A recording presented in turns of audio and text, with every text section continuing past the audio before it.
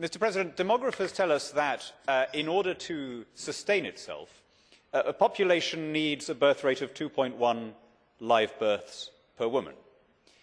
In the whole of Europe, the only country that is reproducing at sustainability level is Albania, or Turkey if you count Turkey as a European country. Nowhere else.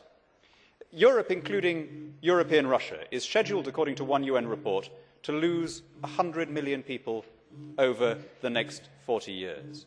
Germany alone is going to see a shrinkage of its population of 20 million. These are not projections about what might happen if we don't do something. If you like, there's nothing we can do about it now. The decline in birth rates has already happened. The only question is how we deal about it. Why did it come to this stage? What brought us to this pass? Well, one doesn't want to oversimplify. There's obviously a lot of things going on to do with changing working patterns, to do with the spread of contraception, to do with the different role of women in society, to do with longevity.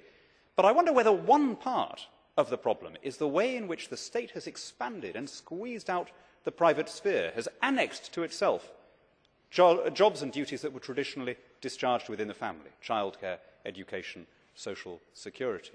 The first generation raised with cradle-to-grave welfare, in other words, to be excused the traditional responsibilities of adulthood, was also the first to give up on parenthood. And we now face a choice between demographic collapse or importing 100 million people to sustain our numbers and pay our pensions. This should be the top issue in Europe, and it's not one that we're going to address by arguing about changes in employment regulation.